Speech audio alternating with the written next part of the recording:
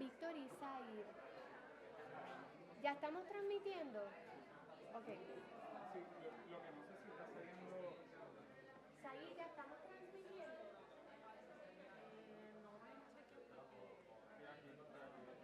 Bueno, pues vamos a comenzar. Buenos días a todos. Vamos a dar comienzo a la actividad de hoy.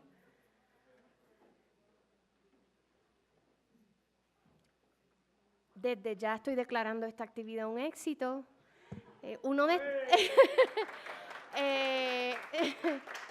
Nosotros establecemos medidores de éxito, así que ya por la participación y las personas que están aquí, pues ya tenemos uno de nuestros medidores de éxito alcanzado. Agradezco a la audiencia por haber sacado tiempo para estar en esta presentación de la conferencia Prácticas Documentales en Medios Sonoros a cargo del profesor Víctor Torres Rodríguez, a quien presentaré en breve. Un saludo también a quienes nos ven a través del canal de YouTube del Centro de Excelencias Académicas. Mi nombre es Nadja Ríos Villarini, pertenezco a la Facultad de Estudios Generales y codirijo junto a Mirelsa González el proyecto UPR Caribe Digital, que está adscrito a esta facultad y que busca crear la estructura académica para fortalecer las humanidades digitales en nuestro recinto. Me gusta ver caras que ya hemos visto, ¿verdad? Porque un poco, aunque no tenemos una comunidad de práctica formal, pues estas actividades hacen que sigamos fortaleciendo esa gestión y veo caras nuevas, así que les doy también la bienvenida a esas personas. Esta actividad es parte de la residencia académica del proyecto y es posible gracias a una subvención de la Fundación Mellon. Con esta actividad abrimos nuestra agenda de trabajo a la comunidad universitaria en nuestro último año académico de nuestra propuesta. Pero les anticipo, no se pongan tristes, porque esta semana recién nos enteramos que nos han aprobado una segunda subvención. Así que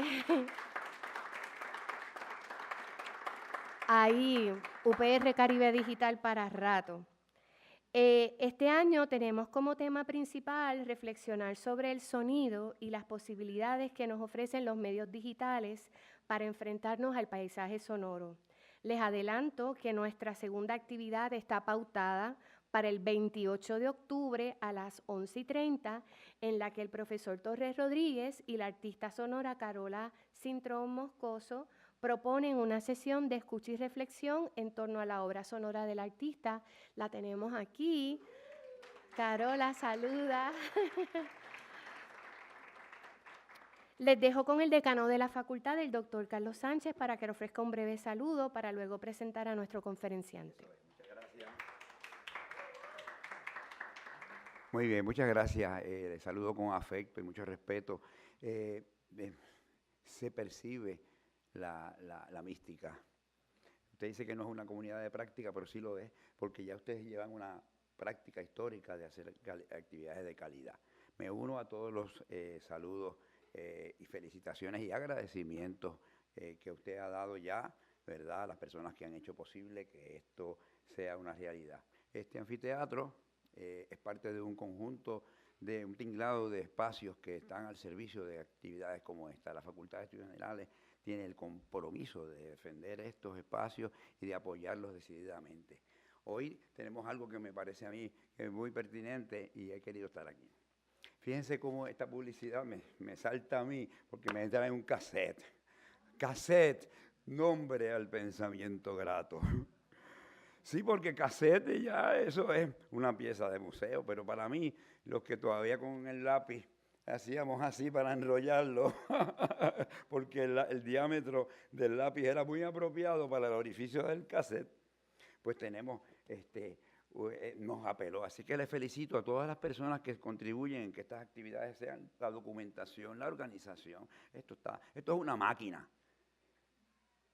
Y la máquina es un concepto bien interesante porque cuando tú te pones a darte cuenta que nosotros le decíamos a aquellos artefactos que íbamos, donde nos comíamos el algodón dulce, machina, ¿Pero qué es una machina? Es una máquina. Pero nosotros no pensamos en máquina, pensamos en verbena, pero es que ese es el poder del lenguaje. Y cuando me adentré un poco en el compañero profesor docente y veo que él trabaja algo tan inefable como la poética de la comunicación humana, wow, esto yo dije, pues esto es un sitio donde estoy muy contento de haber sido invitado y responsable de todo lo que usted tenga que traer para la facultad y para el beneficio de la educación. Así es que sin más por el momento, les deseo una jornada de mucho éxito, muchas gracias y albricias.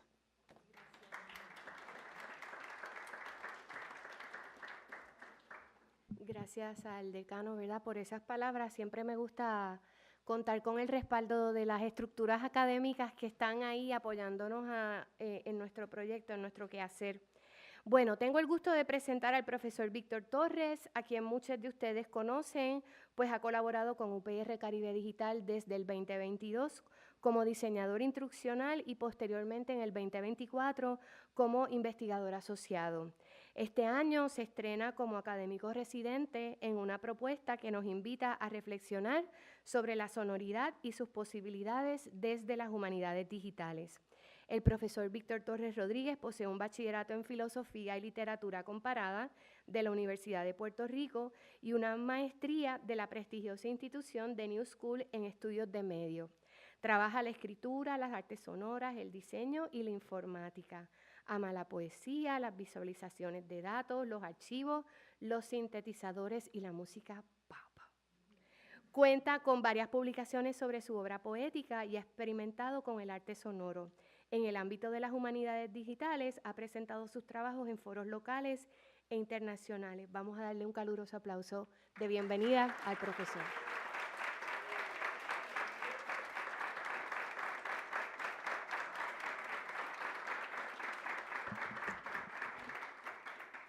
Hola, buenos días. Muchas gracias a todos por estar aquí y a las personas que están viéndonos a través del live stream. No, ahora mismo la pantalla. Déjame ver algo. Ok, perfecto. Ahí estamos. Pues nada, muchas gracias a todos ustedes y a las personas que nos están viendo del live stream, como mencioné. También quiero agradecer a la equipa de UPR Caribe Digital, a Mirelsa, a Sail, a Adriana, José, Malena y Cristian. Y un agradecimiento especial a la profesora Mila Ponte González y Nadia Ríos Villarini por ayudarme en las últimas ediciones de esto. A María del Mar Ortiz por ayudarme con el copy editing y a Anita Rojas por estar ahí durante todo este proceso. En esta conferencia exploraremos el documental sonoro a través de los enfoques de los estudios sonoros, los estudios de medios y las humanidades digitales.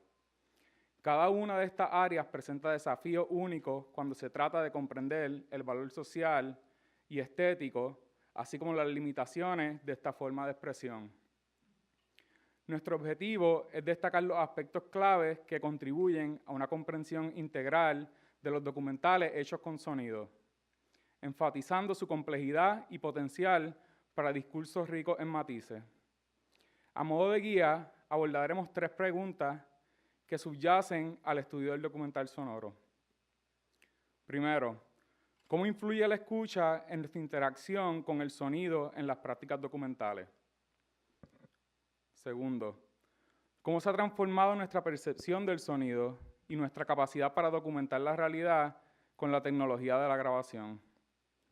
Y tercero, ¿en qué medida el acto de documentar conforma nuestra percepción de la realidad más allá de capturarla, especialmente en el concepto de lo sonoro, en el contexto de lo sonoro? Responderemos estas preguntas en detalle mientras examinamos cómo el sonido funciona como experiencia sensorial y como medio para entender nuestro mundo.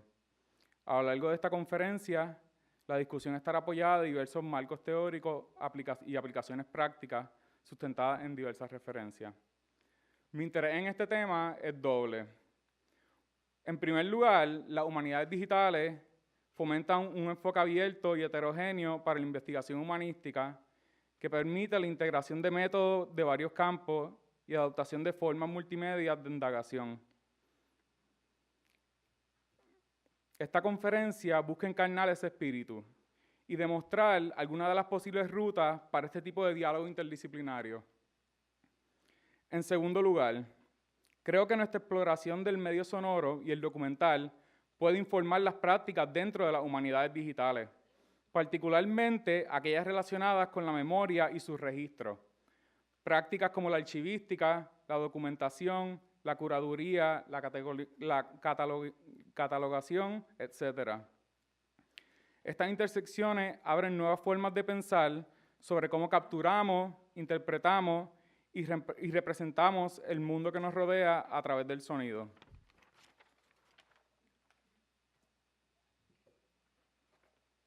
Disculpen.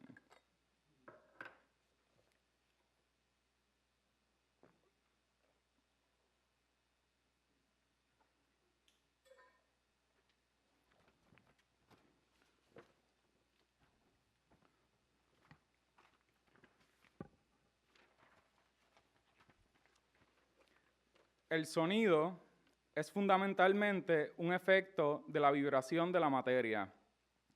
Más precisamente, el sonido es la interacción entre estas vibraciones y los órganos sensoriales que las perciben.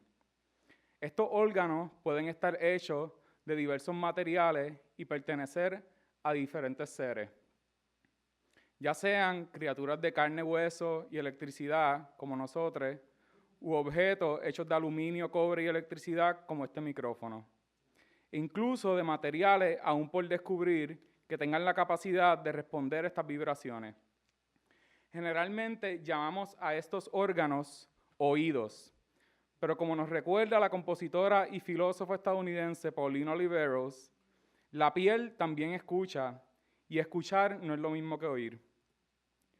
Para Oliveros, oír es la actividad pasiva del oído que responde mecánicamente al sonido. Es un proceso involuntario relacionado a la fisiología y a la historia evolutiva de los animales en este planeta. Oír abarca desde el momento en que el sonido entra por el oído hasta el momento en que se envía, hasta cuando se envían como señales eléctricas al cerebro. Por otro lado, la escucha comienza una vez estas señales alcanzan el cerebro. Es un proceso activo que implica, y cito a Oliveros, dirigir la atención a lo que se oye, reunir significados, interpretar y determinar una acción correspondiente. Cierro cita.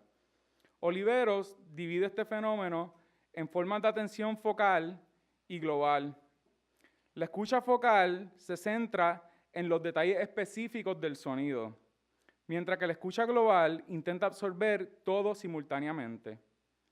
El sonido realmente existe en un espectro entre estos dos polos, y según Oliveros, forma la base de toda cultura. Otra de las ideas de Oliveros es que los órganos sensoriales y las vibraciones son una sola cosa. Para ella, el sonido es tanto las ondas físicas que se mueven a través del espacio como las diversas formas de percibirla, incluyendo los aspectos mecánicos, cognitivos y semánticos de estos procesos.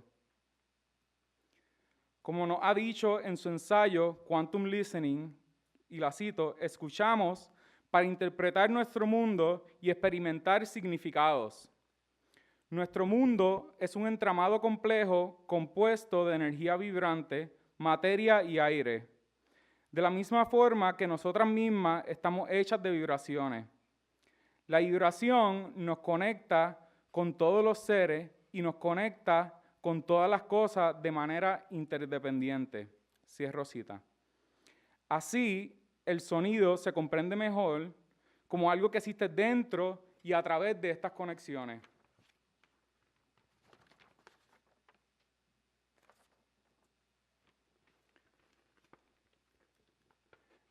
Enfatizo las ideas de Paulina Oliveros, no solo por cómo aborda el sonido, sino también por su tendencia como música, a partir de su naturaleza sensual. Con estos fundamentos, desarrolló una serie de prácticas meditativas bajo el nombre de Deep Listening o escucha profunda, diseñada para ampliar cómo nos relacionamos con nuestro entorno a través del sonido. Por ejemplo, esta es una de las prácticas meditativas que ella propone. Pasea de noche, camina tan silenciosamente que las plantas de tus pies se convierten en oídos. Pueden encontrar esta y otras meditaciones en sus libros Deep Listening, A Composer's Sound Practice y Sonic Meditations. Este tipo de ejercicio es común en los estudios sonoros, un campo interdisciplinario que examina los aspectos culturales, sociales, históricos y tecnológicos del sonido, la escucha y las prácticas auditivas. Otro concepto clave en este campo de estudio es el soundscape o el paisaje sonoro, acuñado por el teórico y ecólogo canadiense R. Murray Schafer en su libro The Soundscape, Our Sonic Environment and the Tuning of the World. Para Schafer, un paisaje sonoro no es simplemente una colección de sonidos en un entorno dado, sino un ecosistema dinámico y en evolución que refleja las relaciones complejas entre la naturaleza, la sociedad y la tecnología. El autor destaca que al igual que un paisaje visual, un paisaje sonoro puede analizarse distinguiendo entre lo que él llama sonidos clave, señales e hitos sonoros. Los sonidos clave forman el ambiente de fondo a menudo inadvertido, como el bullicio de una ciudad o el susurro de la hoja. Estos sonidos clave conforman nuestro sentido del lugar, incluso cuando no somos conscientes de ella. Las señales, en comparación, son los sonidos en primer plano, que reclaman nuestra atención, como las alarmas. Mientras que las marcas sonoras son sonidos únicos de una comunidad o un entorno particular que tiene un significado cultural o histórico especial, similar a los puntos de referencia en un paisaje visual. Juntos, estos componentes crean un entorno sonoro que es tan parte de nuestra experiencia del mundo como la vista o el tacto. Para entender mejor este concepto, escuchemos al propio Schafer en un video de 6 minutos llamado Listen, donde lo explica todo.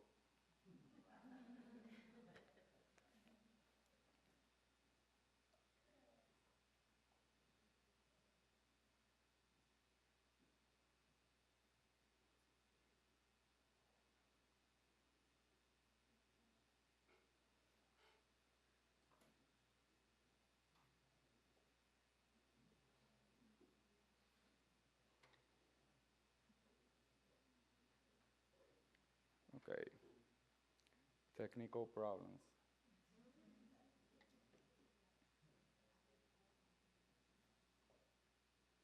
Déjame ver por qué no se escucha.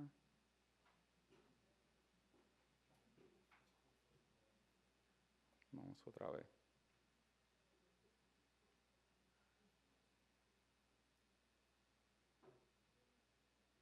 Vamos a ver si es aquí. Rapidito, disculpen, pero esto es importante. HDMI, supone que se está escuchando. Sí, lo probé anteriormente. Sí, el programa está. Sí.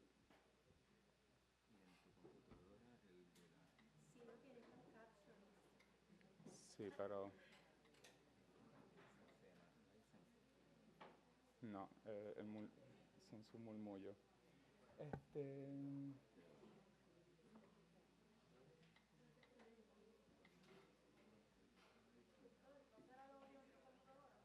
Ya lo chequeé. Sí, está.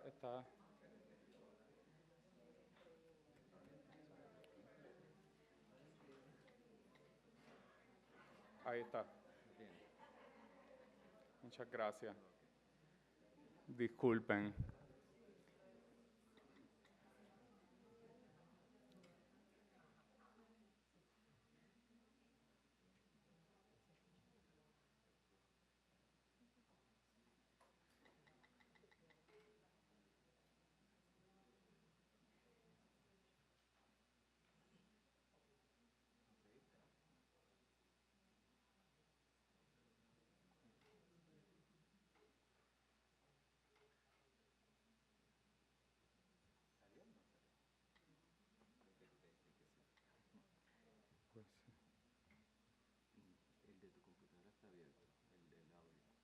Sí. Nada, continuamos entonces. Es un video hermoso donde explica todo lo que dije con mejor detalle. El video termina como en un move, se los voy a spoil, pues como el transition, donde él te está hablando sobre el sonido y sobre la manera en que desde un tiempo acá, particularmente desde la revolución industrial, los sonidos en el paisaje sonoro se han multiplicado. Y él dice que el mundo está abacorado por sonidos que realmente nos afectan de manera negativa y que hay algo que él llama sound overkill. Y que a veces lo que debemos hacer es, pues, detener esos sonidos y tratar de experimentar las sutilezas del paisaje. Y en un momento, mientras te está explicando eso, su boca se para de mover y la voz sigue hablando y te recuerda que lo que tú estás viendo es una grabación y que realmente la grabación no tiene la misma calidad que el sonido natural. Y de ahí vamos para la próxima sección. Birds, of course. Míralo ahí. We can hear some traffic Okay. noise from Highway 7. Quick. A soundscape is any collection of Ya está sounds, reventado. almost like a paint. Vamos otra vez.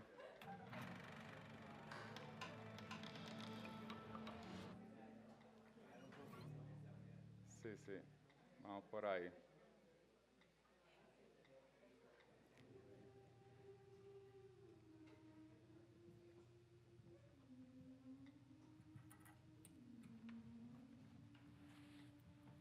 A soundscape is any collection of sounds, almost like a painting is a collection of visual attractions.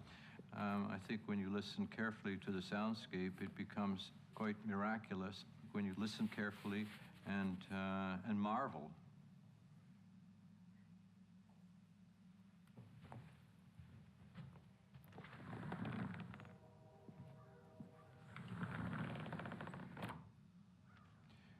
Well, we hear the train going off into the distance. We can hear some birds, of course. We can hear some traffic noise from Highway 7, quite distant.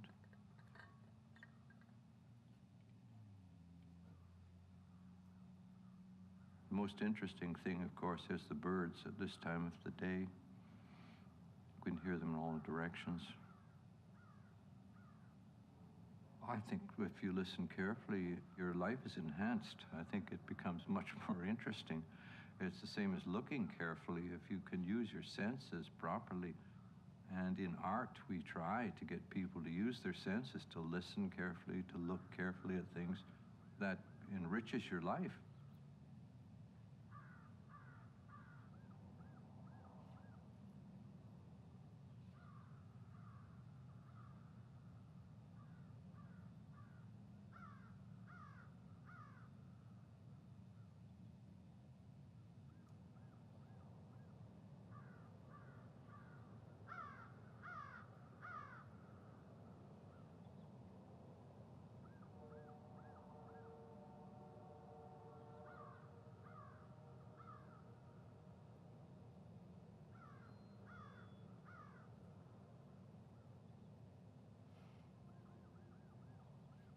In a way, the world is a huge composition, a huge musical composition that's going on all the time without a beginning and presumably without an ending.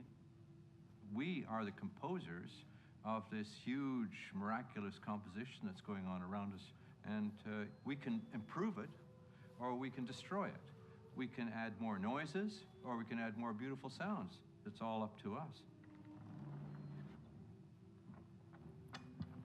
In other societies, one had to exercise one's memory for sounds. There were no recordings.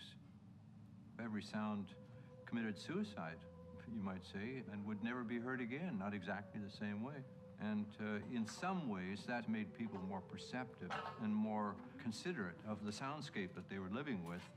They were more moved by it because it was living all the time around them.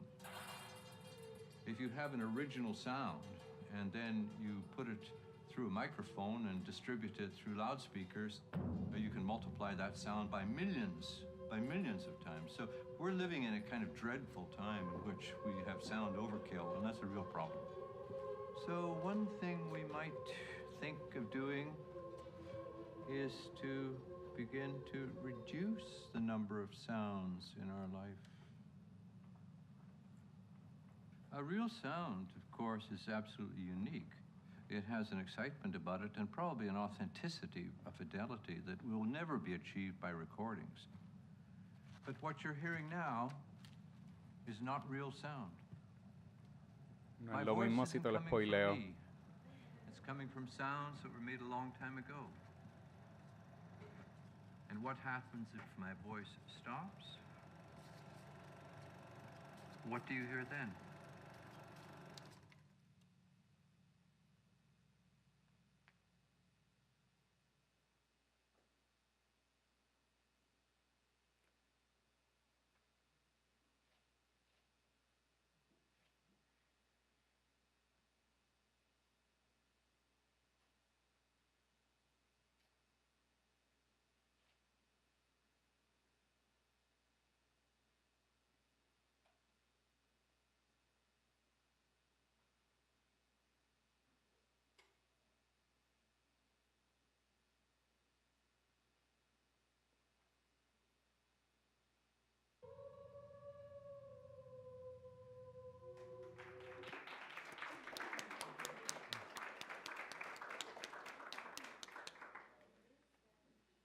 Hacia el final del video, Murray Schafer nos recuerda que las grabaciones representan una transformación en nuestra relación con el sonido, ya que separan la experiencia auditiva de su contexto originario. Esta acepción no es trivial, ya que revela cómo la tecnología de grabación cambia fundamentalmente nuestra percepción, experiencia e interacción con el sonido mismo, reconfigurando el paisaje sonoro y nuestra forma de relacionarnos con él.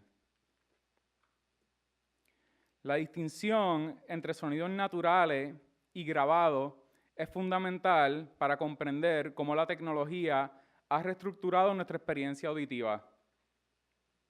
Los sonidos naturales surgen de manera espontánea, a partir de interacciones que se experimentan en tiempo real y que están atadas a su fuente de origen, como las manos de Ray Barretto. Por otro lado, los sonidos grabados, más que reproducciones, son impresiones. Captan las ocurrencias naturales y las traducen a una forma tangible. Como ha recalcado el teórico de medios alemán Friedrich Kittler en su libro Gramophone Film Typewriter, antes de la invención de la grabación sonora, tal y como lo entendemos hoy día, toda representación del sonido se mediaba a través de símbolos, como en los sistemas de escritura fonéticos y en la notación musical. La llegada de la grabación sonora inauguró una forma revolucionaria de escritura que inscribe directamente la actividad del sonido sobre un medio, capturando su presencia sin filtro. Esto marcó un cambio profundo, ya que el sonido ahora podría preservarse en su forma real y no solo a través de representaciones simbólicas. Esta transición alteró la naturaleza del sonido. De un fenómeno efímero se transformó en algo perdurable, aunque ahora su permanencia depende del medio físico en el que está incorporado.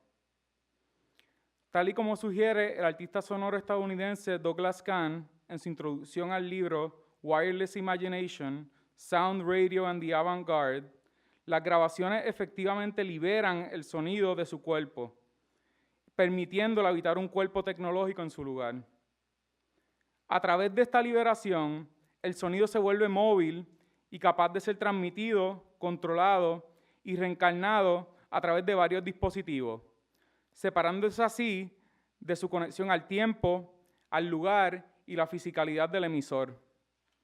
El teórico de medios canadiense Marshall McLuhan amplía aún más esta transformación, postulando el cuerpo tecnológico del sonido grabado como una extensión de nuestras facultades sensoriales, particularmente de nuestras habilidades de oír, hablar y escuchar. Esta visión sirve como el pilar de los estudios de medios, un campo de conocimiento que explora cómo las tecnologías influyen sobre la cultura, la comunicación y el cuerpo. Aquí les muestro un fragmento de su colaboración con el diseñador gráfico estadounidense Quentin Fiore, titulada The Medium is the Massage, donde esto se afirma claramente. Y cito: todos los medios son extensiones de alguna facultad humana, psíquica o física. Esta extensión tecnológica, más que simular nuestros sentidos, los reorganiza, abriendo nuevas posibilidades para la expresión y los afectos. El sonido, antes limitado por las restricciones del momento y del cuerpo, ahora quiere autonomía, manifestándose independientemente de su fuente, sin necesitar el acto de emisión humana o natural para que sea experimentado. Además, el sonido se ha vuelto plástico, maleable y sujeto a la manipulación, lo que nos permite darle forma, distorsionarlo, recomponiéndolo de forma antes inconcebible. Estas posibilidades redefinen no solo cómo experimentamos el sonido, sino también cómo nos relacionamos con el paisaje sonoro, ampliando el alcance de nuestros sentidos auditivos y reconfigurando el tejido mismo de nuestras prácticas de comunicación. Resalto esto porque el uso generalizado de estas tecnologías, combinado con nuestra tendencia a verlas como herramientas para propósitos predeterminados, ha enmascarado su influencia más profunda en cómo comunicamos y percibimos el sonido. Los formatos digitales han democratizado indudablemente el acceso, permitiéndonos sintetizar, grabar, editar y distribuir sonido a través de teléfonos inteligentes o computadoras, siempre y cuando tengamos acceso a estas tecnologías y sepamos cómo utilizarlas. Sin embargo, lo que es menos evidente es cómo su ubicuidad ha acelerado sus efectos transformadores, intensificando la separación del sonido de sus raíces biológicas al convertirlo en código de computadora, en el proceso rehaciendo nuestra experiencia auditiva de manera significativa. La lección principal de todo esto es que la tecnología no solo funciona como herramienta, sino como un medio que estructura nuestra percepción de la realidad. Para obtener más información sobre el impacto de la tecnología digital en nuestras prácticas de escucha, recomiendo este podcast del músico y escritor estadounidense Damon Krukowski llamado Ways of Hearing. Con todo esto en mente, vamos a enfocarnos ahora en el tema principal de la conferencia de hoy, el documental sonoro. La palabra documental implica algo que tiene el carácter o el valor de un documento, mientras que un documento se refiere a un registro que contiene información confiable y da testimonio de un hecho, especialmente del pasado. Este término proviene del latín documentum, que se origina de la base docere, que significa enseñar, instruir, mostrar, exponer o informar, haciendo eco de su raíz en la difusión educativa y autoritativa del conocimiento. Es del mismo lugar de donde viene docente. El primer uso del término documental, en un sentido similar al actual, lo hizo el cineasta inglés John Grierson en su reseña de la película Moana del estadounidense Robert Flaherty. Esto fue en el año 1926. Grierson describió la película como, y lo cito, un relato visual de los eventos en la vida diaria de un joven polinesio que tiene valor documental. ¿Pero qué quiso decir con valor documental? ¿Y por qué uso este término en específico? ¿Cómo ha moldeado nuestra comprensión de las prácticas documentales el campo semántico de esta palabra? Para explorar esto, utilicé el Google Books Ngram Viewer para visualizar las frecuencias de palabras en textos digitalizados en lengua inglesa publicados desde el año 1500 hasta el momento en que Grierson utilizó el término en su reseña. La mayoría de los usos de la palabra en los libros contabilizados con este método sugieren la idea de una información confiable y útil. Palabras como historia, actualidad, imágenes y hoarding son abundantes en fuentes en inglés y en otros idiomas. Otro significado que podemos extraer de sus usos previos a Grierson es que es equivalente a la palabra registro. Todos estos casos parecen implicar que un documental es esencialmente una forma confiable de inscripción, con algo valioso que decir sobre la realidad. Esto nos lleva a un cambio más amplio en la historiografía del siglo XIX, cuando los registros se convirtieron en la materia prima de la verdad histórica, tomando gradualmente el lugar que alguna vez tuvo el testimonio y la memoria. En esta época, la idea de fuente primaria surgió como la forma definitiva de evidencia, reflejando un movimiento epistemológico hacia la objetividad y el empiricismo. La relación entre el documental y la noción de objetividad se vuelve aún más interesante cuando consideramos la introducción del cine como medio de grabación. El pionero polaco del cine documental, Bohuslav Matuszewski, capturó esta cópula entre imagen y realidad en su texto de 1898 titulado Una nueva fuente de historia. Y dice: se podría decir que la fotografía animada tiene una autenticidad, exactitud y precisión que le son únicas. Es por excelencia el testigo verídico e infalible. Puede validar la tradición oral.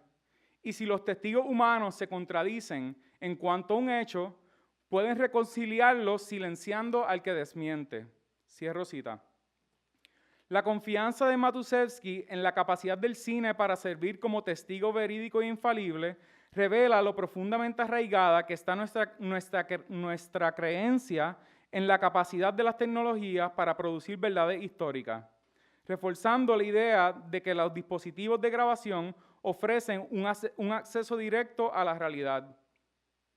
Estas tendencias hacia la imparcialidad han influido en nuestro sentido del documental, contribuyendo a la posterior definición de Grierson de este como un tratamiento creativo de la actualidad. El poder de esta definición ha moldeado las prácticas documentales, orientándolas hacia la percepción de capturar la actualidad, mientras frecuentemente se pasa por alto cómo estas prácticas están construidas. El teórico estadounidense del cine Bill Nichols, en su Introduction to Documentary, nos recuerda que los documentales son representaciones de la realidad y no reflejos sin filtros de la misma. Nichols destaca que los documentales utilizan convenciones y estructuras específicas para reivindicar su autoridad sobre la verdad, lo que significa que son inherentemente interpretativos y selectivos en sus procesos. De manera similar, la teórica de medios estadounidense Patricia Aufderheide, en su ensayo Defining Documentary, subraya que las decisiones que toman los documentalistas sobre qué mostrar, cómo enmarcarlo y cómo editarlo siempre están influidas por perspectivas subjetivas, sesgos culturales e intereses interpersonales. También afirma que los documentalistas emplean las mismas técnicas que los cineastas de ficción.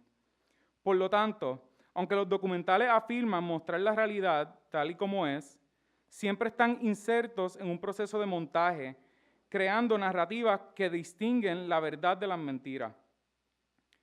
La cineasta vietnamita Thanh Minh Nha profundiza esta crítica en su ensayo Documentary is not a name, en el que afirma que los documentales a menudo pretenden captar la verdad, pero al hacerlo están continuamente dando forma y redefiniendo lo que significa verdad. Minh Nha desafía la idea de que los documentales pueden representar plenamente la realidad, argumentando que cada intento de capturar lo real es también un acto de creación de sentido. El poder del documental no radica en su capacidad para transmitir una verdad objetiva, sino en cómo negocia, interpreta e incluso reta lo que significa verdad dentro del marco de su representación. En última instancia, estas diversas teorías resaltan que los documentales, mucho más que meras grabaciones de la realidad, son partícipes activos en la construcción de nuestra percepción de la misma. En su ambición de crear una brecha de cerrar la brecha entre la realidad y la representación, los documentales contribuyen a crear los marcos a través de los cuales experimentamos y entendemos el mundo.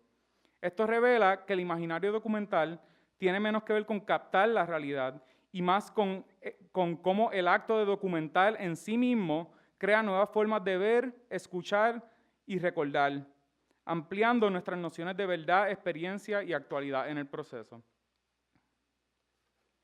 El documental sonoro surge de la interacción entre los medios sonoros y los imaginarios documentales, involucrando una dimensión auditiva en diálogo con otros sentidos para crear relatos ricos y multidimensionales de la realidad. El término comenzó a aparecer en la década del 60, un periodo marcado por rupturas culturales y tecnológicas que resuenan hasta hoy. A mí me gustaría, en esta parte, ver cómo darle sentido a esta curva.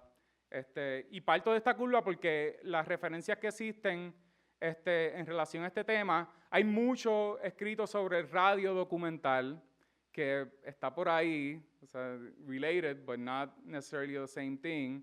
Hay mucho escrito sobre el sonido en el cine, tal vez sobre otros tipos de prácticas relacionadas con eso, pero la cuestión del documental sonoro realmente no hay mucho que se puede encontrar aparte de este tipo de visualizaciones, y me pongo a pensar entonces si hay una falta de referencia, ¿cómo se explica esta curva? Y la manera en que decidí aproximarme a esto es explorando distintas avenidas provisionalmente, deteniéndome en medio de una exploración y empezando otra.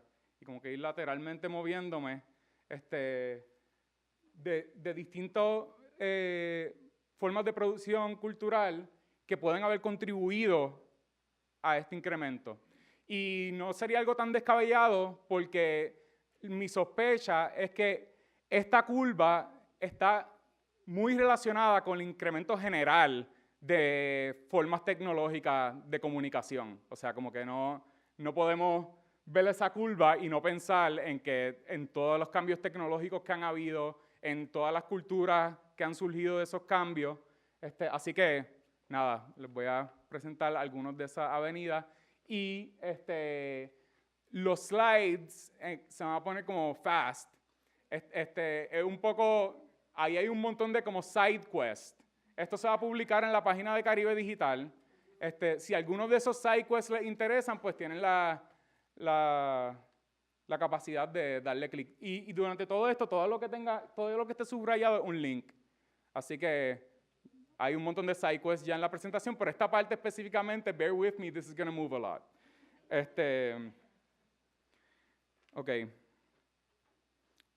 El auge de tecnologías de grabación sonora accesibles y portátiles, como la Philips L3302, una de las primeras grabadoras de cassette portátiles lanzadas en el 1968, ejemplifica estos cambios, pues permitió que cualquiera pudiera captar el sonido de una manera que antes solo podían hacer los profesionales. Este avance transformó la grabación sonora en una práctica asequible, o aportó a esa transformación, sentando las bases culturales para futuras tecnologías como el CD y el MP3, y permitiendo a los documentalistas captar voces, entornos y movimientos con una inmediatez sin precedentes. Al mismo tiempo, la radio se convirtió en una plataforma clave para los documentalistas sonoros independientes, ofreciéndoles un medio para llegar a audiencias fuera de los ámbitos comerciales. Para este tiempo, la radio ya era uno de los medios dominantes, por lo menos desde la década del 20.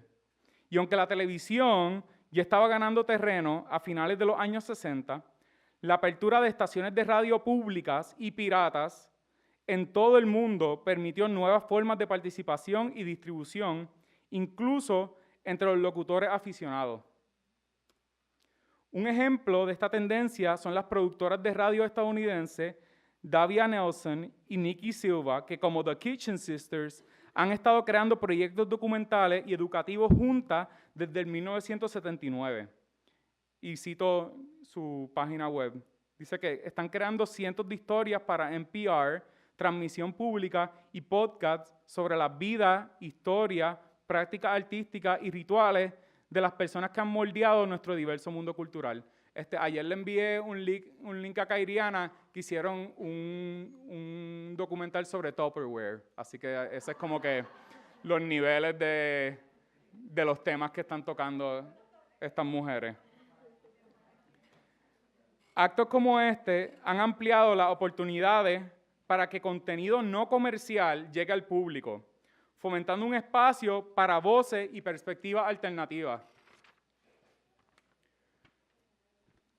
Otra avenida, moviéndonos en las prácticas del cine underground de la época, caracterizadas por la espontaneidad, los presupuestos bajos y el uso de espacios cotidianos. Para mí es como evidente por estas características su influencia sobre las prácticas documentales en general. Movimientos como el Cinema Novo en Brasil, que abordó problemas sociales y políticos al retratar las duras realidades de la vida brasileña con una combinación de realismo crudos y elementos simbólicos. Y la nueva ola francesa, que incorporó técnicas experimentales con cámaras portátiles, diálogo improvisado y edición innovadora para retratar la vida cotidiana. Entre otros movimientos alrededor de todo el mundo, esto estaba sucediendo no solo en el norte global, estaba sucediendo en todo el mundo. Demostraron que se podían contar historias auténticas, fuera del marco de los narrativos de Hollywood. Autenticidad en su oposición a todo lo florido del cine de Hollywood. Que cualquiera con un equipo mínimo y la actitud correcta podía hacer películas utilizando la vida real como material. Estos enfoques animaron a los documentalistas a explorar paisajes sonoros crudos y sin filtro, integrando la espontaneidad y la experimentación en su trabajo, lo que se convirtió fundamental para la estética del documental sonoro a futuro. Otra avenida es la cultura underground de la música. Desde esta época se ha enriquecido aún más. Siento que esto es como un lugar particular porque ya está explorando directamente lo sonoro en sus propios términos. Compositores minimalistas como Steve Reich y Alvin Lucier utilizaron grabadoras de cinta como instrumentos musicales, desafiando los límites de la música y a menudo incorporando técnicas y procedimientos para jugar con la expectativa de los oyentes. Movimientos como el hip hop, el punk rock y la música techno adoptaron enfoques poco convencionales para grabar y distribuir su música, utilizando tecnología como los tocadiscos, que es una imagen del tocadisco de Grandmaster Flash que está en el Smithsonian. El tocadisco, las cintas del cassette, que ya para el 1979 estaba el Walkman, y los samplers. Estos géneros musicales, intrínsecamente relacionados con estas tecnologías, prosperaron en escena underground, creando redes de oyentes y eludiendo los canales oficiales de la industria cultural mediante grabaciones caseras y piratas. Atado a esto, la cultura de remix, caracterizada por el sampleo, la recontextualización y la apropiación de sonidos existentes, también desempeña un papel crucial en la evolución de los documentales sonoros, transformando elementos familiares en experiencias auditivas completamente nuevas. Discos como Dab, de John Oswald, que deconstruye y parodia la canción Bad, de Michael Jackson, y Dyspepsy, de Negativland, que subvierte los significados de los anuncios de Pepsi, ejemplifican cómo el remix puede redefinir discursos sonoros y servir como vehículo para prácticas críticas de los medios de comunicación masiva. Para una investigación más profunda, el libro Rhythm Science del músico y escritor estadounidense DJ Spooky, a.k.a. The Subliminal Kid, ofrece una exploración exhaustiva del impacto de la cultura del remix en el arte y el sonido.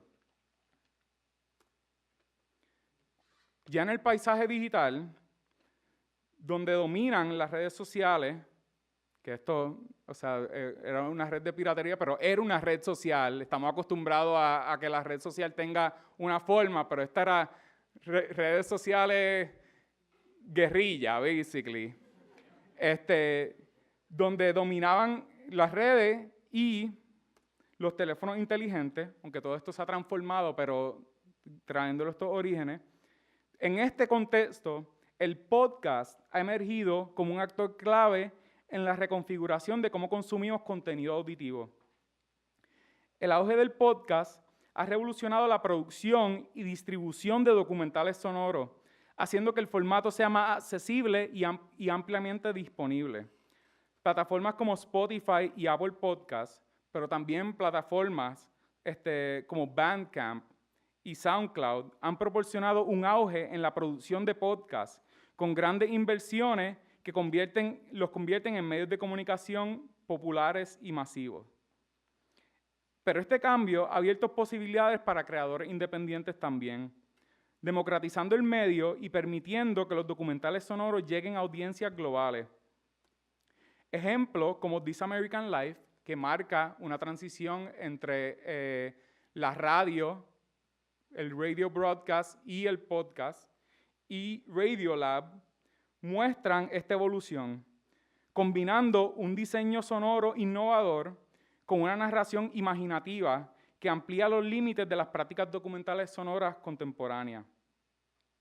El documental sonoro se destaca como un espacio único para la experimentación y la documentación porque crea nuevos modos de atención y escucha, fuera de los circuitos visuales con los que estamos tan extremadamente sobreestimulados. Sus orígenes democráticos y DIY, si contamos la historia de la manera en que lo estoy haciendo, invitan a más personas a participar de la reconfiguración de nuestro paisaje sonoro mediático, produciendo perspectivas diversas que desafían las narrativas dominantes. También ofrece una forma de interacción más íntima e inmersiva con la realidad, donde la capacidad del sonido para evocar emociones, contexto y atmósfera viabiliza formas discursivas más profundas y matizadas. Y sé que esto puede sonar un poco contradictorio o paradójico con la cuestión de que realmente los medios tecnológicos son impresiones de la realidad y no la realidad misma, pero hay una inmediatez ahí que te permite la movilidad de estos equipos, que te permite el fácil acceso que puede ser explorado poéticamente. Y en ese espacio la paradoja está permitida. Comprender estos marcos analíticos de la forma documental, junto con nuestro conocimiento del sonido, las prácticas de escucha y las tecnologías de grabación de audio, que fueron como los brazos de este monstruo que fui identificando, nos preparan a evaluar mejor las prácticas documentales sonoras. Este enfoque mejora nuestra capacidad para interpretar el potencial de varios ejemplos, ofreciendo una comprensión refinada de obras específicas y de su uso del sonido y los medios audiovisuales para captar las complejidades y los límites de la experiencia humana. Esto iba mientras decía eso. Pero, nada, un minutito. Y ahora vamos al grano, the best part. Teniendo todo esto en cuenta, quisiera destacar varios proyectos de documental sonoro que muestran el potencial de esta forma. Dividiré estas prácticas en 3 categorías: voces, espacios y medios, para explorar mejor sus objetivos y campos de investigación. Luego, presentaré ejemplos que desafían las convenciones de la forma para ampliar nuestra comprensión y abrir nuevas rutas para los medios documentales. Voy a comenzar con este proyecto de historias orales, Nueva York, lanzado en 1955 por Tony Schwartz, un estadounidense neoyorquino judío, que documenta las tensiones culturales y sociales en torno a la llegada masiva de inmigrantes puertorriqueños a la ciudad de Nueva York durante la década del 50. El proyecto recopila grabaciones de música que expresan las luchas enfrentadas por los puertorriqueños en Estados Unidos, relatos personales de discriminación y grabaciones de interacciones entre los puertorriqueños y el gobierno municipal de Nueva York. También incluye entrevistas con neoyorquinos nativos, algunos de los cuales expresan opiniones negativas sobre la vestimenta, la conducta social y la influencia de inmigrantes en la ciudad, mientras que otros simpatizan con los desafíos de pobreza y el crimen en las comunidades puertorriqueñas. La colección presenta una combinación de entrevistas, testimonios, canciones y otros fragmentos sonoros relevantes para la cultura puertorriqueña en la diáspora, con notas complementarias que incluyen ilustraciones en blanco y negro que retratan las experiencias y las caras de estas personas. Este proyecto ejemplifica el concepto de polifonía en la historia oral, permitiendo que múltiples perspectivas, tanto dentro como fuera de la comunidad puertorriqueña, tanto positivas como negativas, coexistan y creen una narrativa multifacética a través de la yuxtaposición. O sea, son literalmente colecciones. Y esta persona era un amateur, o sea, realmente él no estaba entrenado como etnógrafo, él aprendió a usar las máquinas él mismo. Podemos ver aquí, ese es un estudio que él tenía en su casa. Ya aquí estamos empezando a ver estas características que, o sea, aunque esto está en los 50, son parte de las prácticas sonoras hoy día. O sea, cualquiera aquí que trabaje con sonido probablemente tiene un escritorio con una computadora y tal vez unas bocinas, como mínimo.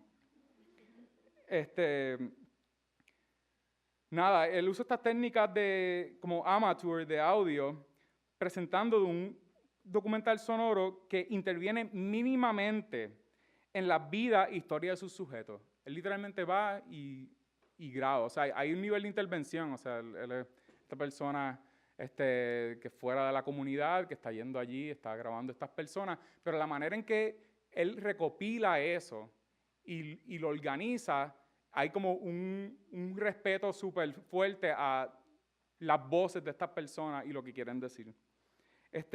Su enfoque realista ofrece un retrato crudo y auténtico de la comunidad en transición, reflejando tensiones relacionadas con la inmigración que aún son relevantes hoy día. Capturar estas voces y presentarlas lado a lado, Nueva York ofrece una exploración matizada de la identidad, la cultura y el conflicto del entorno urbano de los puertorriqueños en Nueva York. Otro proyecto, Closer to Home, de Lidia Pucci Pelatón, que está aquí, Itinerario Sonoro, es una serie de podcasts, y entiendo que Vladi también participó en eso, una serie de podcasts lanzada entre el 2018 y el 2019 que explora diversas culturas sonoras dentro del Caribe, particularmente en Puerto Rico. La serie se adentra en una variedad de expresiones sonoras, incluyendo historia oral, palabra hablada o spoken word, escenas musicales, de arte experimental y elementos sonoros más relacionados con el diseño sonoro en el género, investigando cómo el sonido se intersecta con la sociedad y el entorno desde una perspectiva creativa. Cada episodio mezcla entrevistas, composiciones sonoras y música, capturando intersecciones entre arte sonoro, las culturas musicales, las artes visuales, las artes del movimiento y los aspectos sociales del sonido. El podcast es accesible a través de un sitio web dedicado que también proporciona guías curriculares diseñadas para integrar estos contenidos en entornos educativos, ampliando su alcance pedagógico. Este proyecto ejemplifica la riqueza y complejidad de pensar la cultura a través del prisma del sonido. Amplía la experiencia del sonido como una parte esencial de las prácticas culturales, sociales y políticas en Puerto Rico. Al adoptar un enfoque curatorial relacionado con el podcast y su tradición, su conexión directa con la tradición de la radio, Itinerario Sonoro va más allá de los métodos tradicionales de la historia oral, abrazando técnicas de narración y edición de sonido relacionados con esta tradición más amplia. Su formato innovador crea un documental auditivo en capas, que no solo documenta, sino que también interpreta las culturas sonoras en Puerto Rico de una manera reflexiva y autoconsciente, convirtiéndose en un metacomentario sobre el propio medio del sonido. Escuchemos.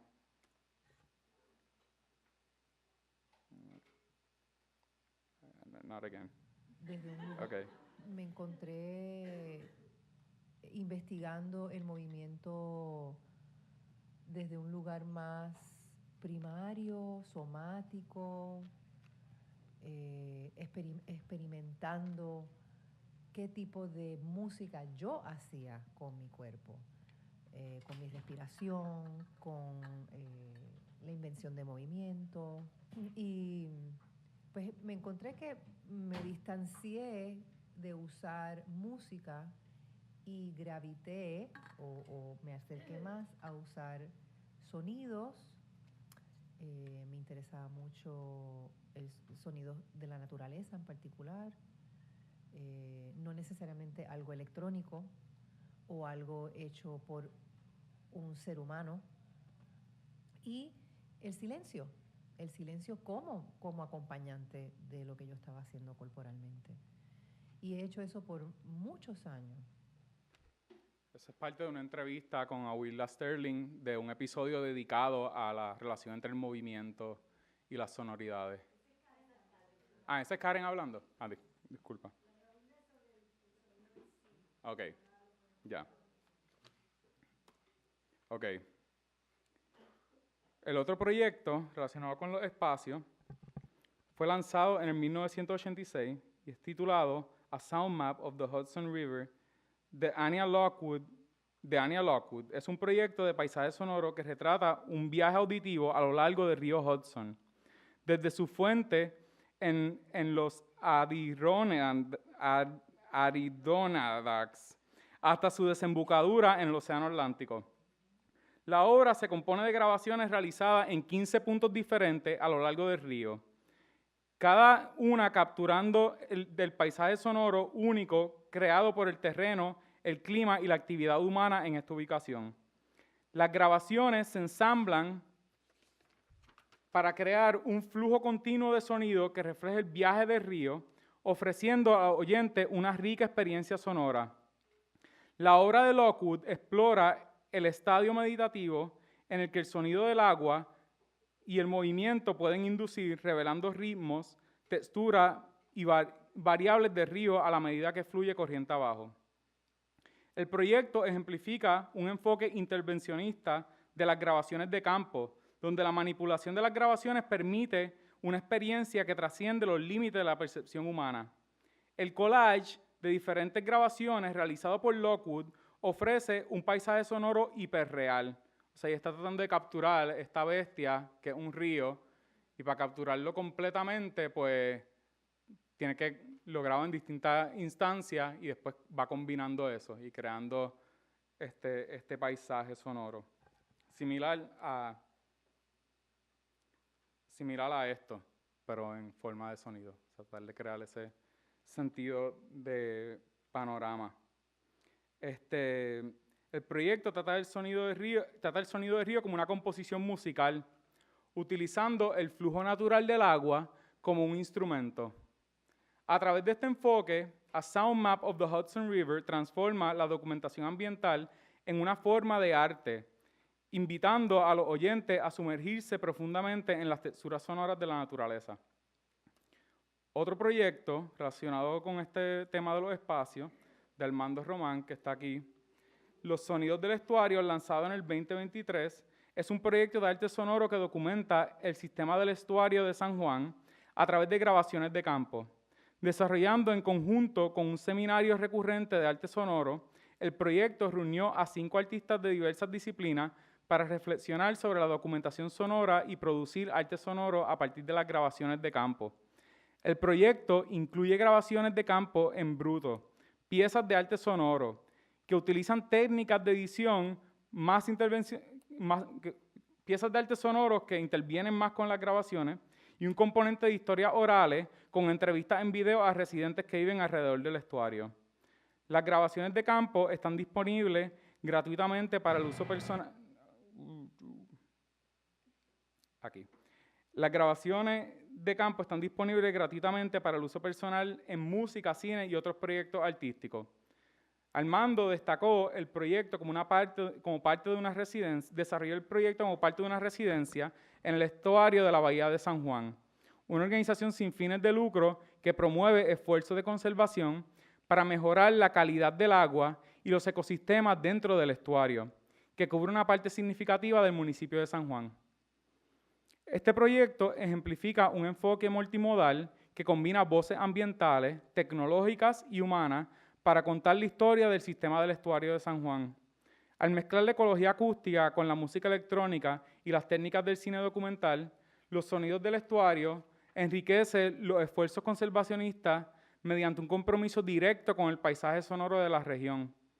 El proyecto promueve la narración polifónica donde coexisten voces humanas y no humanas, creando una comprensión más profunda de la importancia ecológica y social del estuario, y se alinea de esta manera con los objetivos de la organización en donde Armando hizo su residencia.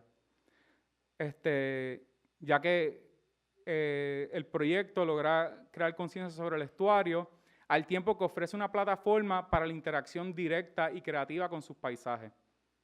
Escuchemos.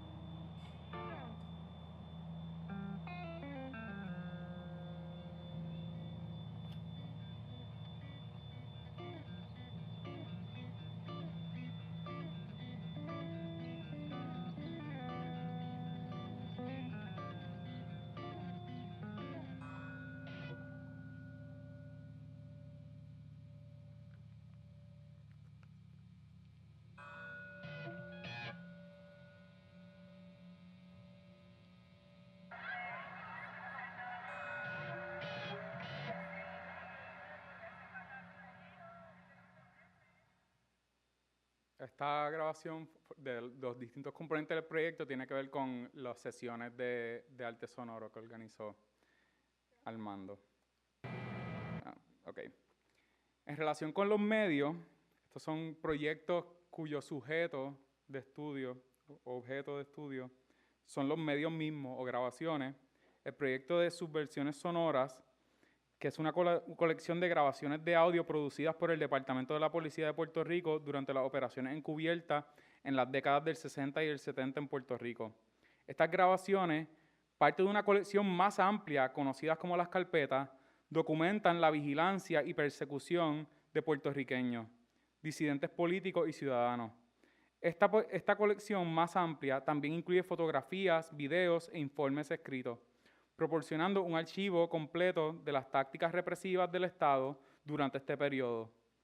Lanzado en el 2022, el proyecto de Subversiones Sonoras forma parte del compromiso legal y moral del Archivo General de Puerto Rico, de hacer estos documentos históricos accesibles al público, ahora disponibles en línea a través del archivo digital del Instituto de Cultura de Puerto Rico. Una amplia red de colaboradores contribuyó a la digitalización de esta colección, y algunos han producido libros, exposiciones y otros medios basados en este material archivístico. Este proyecto ejemplifica un enfoque arqueológico de los medios, donde las grabaciones sirven tanto como evidencia histórica como artefactos de vigilancia estatal.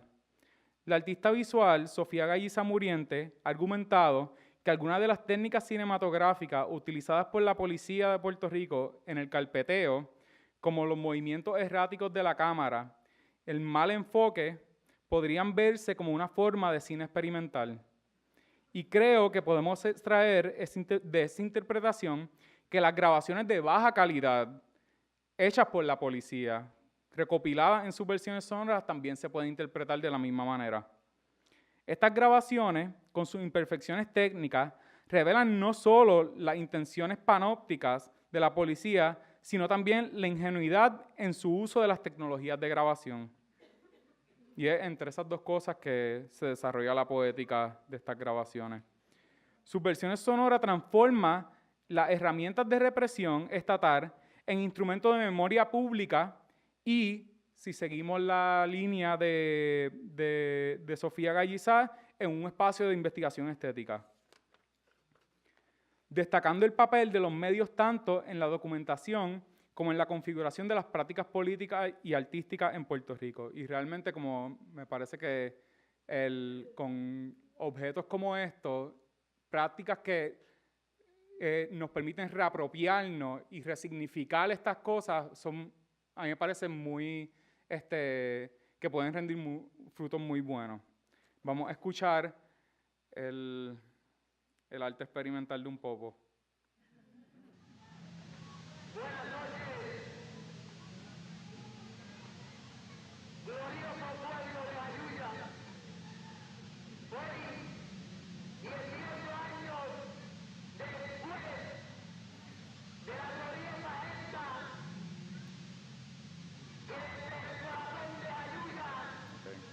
Nada, vamos a buscarlo, voy a ir por encima. Quisiera mencionar, tengo esta película muy buena, después la pueden verificar, y el proyecto de Beatriz Santiago Muñoz, que son unas grabaciones de la base de Roosevelt Roads, en conjunto con unas grabaciones de una base militar en Escocia, puesto en un vinilo, intervenido por artistas sonoros.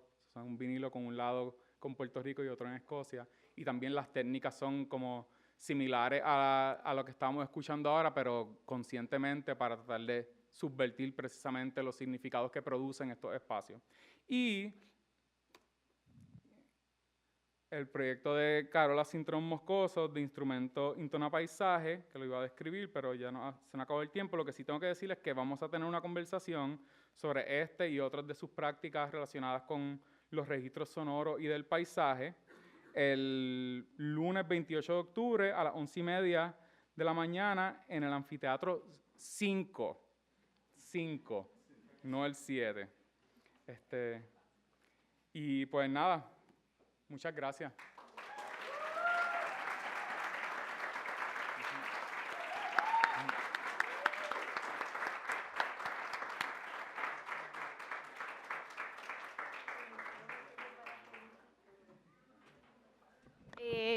Les quiero nuevamente agradecer por estar aquí. A lo mejor tendríamos tiempo para una o dos preguntitas en lo que vienen los estudiantes de la próxima clase que se reúnen en este anfiteatro, así que podemos aprovechar esa transición y hacer algún comentario si hubiese alguno.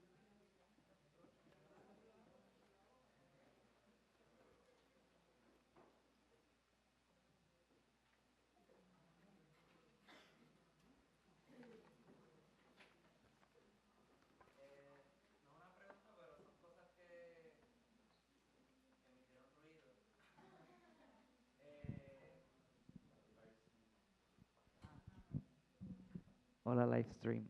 Pues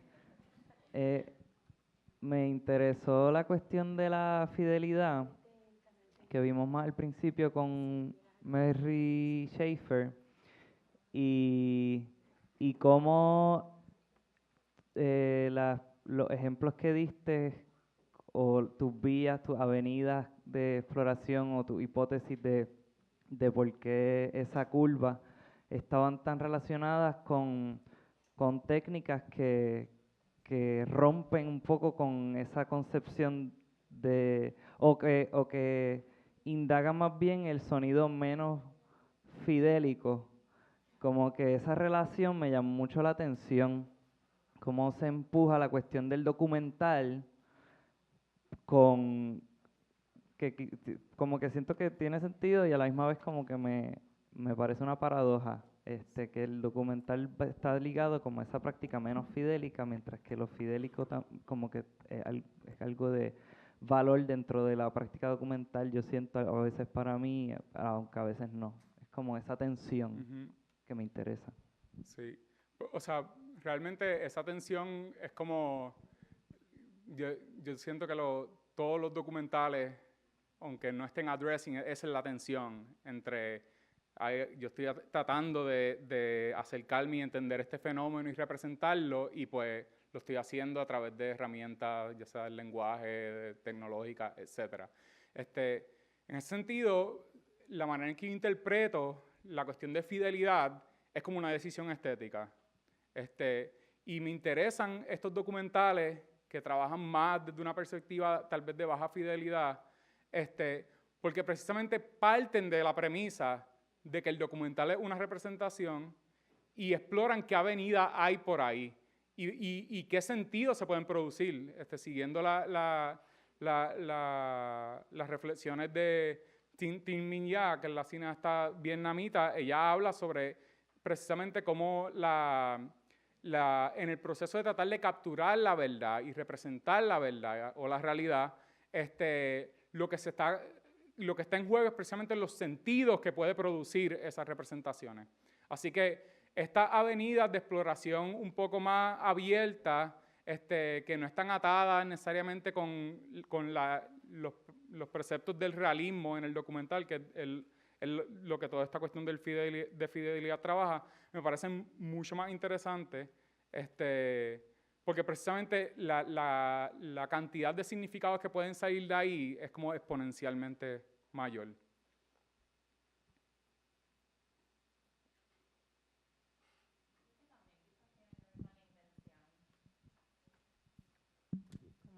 Como además de tecnología y desarrollos tecnológicos, también con las intenciones y la puesta a la fuerza en lo visual más que en lo sonoro, tanto en el cine, en la animación, etcétera, ¿no? Y como siempre le damos más fuerza a culminar lo visual y darle más pureza y más cuidado a lo que se está narrando visualmente, y los sonidos siempre queda secundario. Y hemos visto montones de documentales donde casi no puedes ni escuchar lo que están diciendo porque la música de fondo está más alta que la voz que narra la historia. Uh-huh. Y ese cuidado sonoro no es el mismo que se le da a lo visual. También yo creo que definir qué es alta fidelidad versus baja fidelidad, pues también tiene que ver con las características intrínsecas del equipo y del material. Y pues usualmente cuidamos más la fidelidad cuando queremos reproducir la música, ¿no? Y cuidar también que la música se reproduzca de la forma más fidedigna que suena un instrumento y que la voz se escuche de la forma más clara posible. Pero en términos de otras exploraciones, pues no es necesariamente esa intención la que se está buscando también. Uh-huh. Y durante toda la charla estuve, ok, pero ¿y cómo tú estás definiendo documentación sonora como la base de definir? Yo creo que al final lo entendí, ¿no? Que era lo que estábamos más definiendo. Me parece súper interesante, ¿no? Esa posibilidad de, como al final, querer saber más de cómo estabas dividiendo eso que presentaste al final y escuchar Uh-huh. un poco más. O sea, que quizás viene la segunda parte de la charla. Yes. Pues nada, hay una clase ahora, disculpen, muchas gracias por venir.